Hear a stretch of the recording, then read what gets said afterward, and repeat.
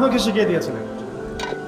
তো শোনার এবং শেখার খুব আগ্রহ ছিল, তা আমি লিখে নিচ্ছিলাম এবং নোট করছিলাম। এই দোয়াটা যদি আপনারা পড়তে পারেন, ভবিষ্যতের যে কোনো শঙ্কা, আশঙ্কা, বিপদ আপদ, বালা মুসিবত, এই বিষয়গুলোর ব্যাপারে আল্লাহর পক্ষ থেকে একটা সাকিনা এবং সুকুন হৃদয় নাজিল হবে ইনশাআল্লাহ। একটু বড়, যেহেতু এখানে তালেবে ইলমগণ অনেক, তারা তো শুনলেই মুখস্থ করতে পারবেন, তাই আমি নোট করে আনছি। এবং জ্ঞান তো লুকিয়ে রেখেও লাভ নাই, প্রচার করলেই লাভ, আপনারা আমল করলে আমি নাকি পাবো ইনশাআল্লাহ। তো এই দোয়াটা হচ্ছে আউযু বিকালিমাতিল্লাহি তাম্মাতিল্লাতি লা ইউজাবিজুহুন্না বাররুন ওয়ালা ফাজির মিন শাররি মা খালাকা ওয়া যারআ ওয়া বারআ ওয়া মিন শাররি মা ইয়ানজিলু মিনাস সামাই ওয়া মা ইয়া'রুজু ফিহা ওয়া মিন শাররি মা যারআ ফিল আরদি ওয়া মা ইয়াখরুজু মিনহা ওয়া মিন শাররি ফিতানিল লাইলি ওয়ান নাহার ওয়া মিন শাররি তাওয়ারিকিল লাইল ইল্লা তাওয়ারিকা ইয়াতরুকু বিখাইরিন ইয়া রহমান।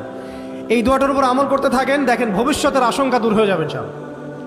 আল্লাহ পাক আমরা সবাইকে 4টা গুণ হাসিল করার তৌফিক দান।